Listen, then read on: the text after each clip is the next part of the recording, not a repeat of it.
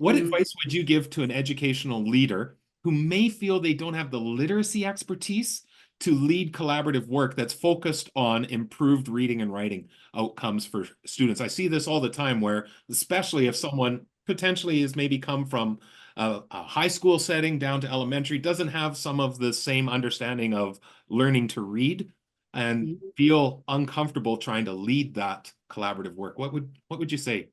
Yeah, I think for the work of middle school and high school teachers, so this is, learning to read and then reading to learn, that whole divide is a Yeah. really significant thing to own. And I think there's this misunderstanding sometimes that, because the student can, read words out loud, that they're actually comprehending them and literally processing them or making higher order inferencing skills happen on their own.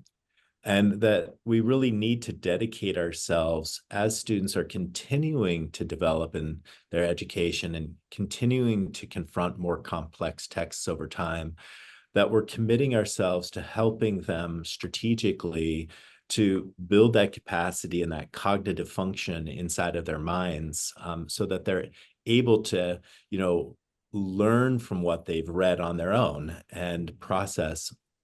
And I think that piece is difficult for teachers. Like, I think having that conversation sometimes is new to a lot of teachers, or taking on that responsibility seems like, oh, well, why would I do that? They know how to read, but whenever they come to class, they look at me like they didn't understand a single thing that they read. Well, that helps us to navigate that conversation a bit and bring that capacity to the instructional process in a social studies class, in a science class, in a math class, in a fine arts class, and help the teacher to create sort of some really meaningful experiences, um, that help the student learn to process, in a way, like I said earlier, that gets students to think like a mathematician would think, to read like a mathematician, to like read like a scientist, to write like a scientist, to write like a researcher. Things like that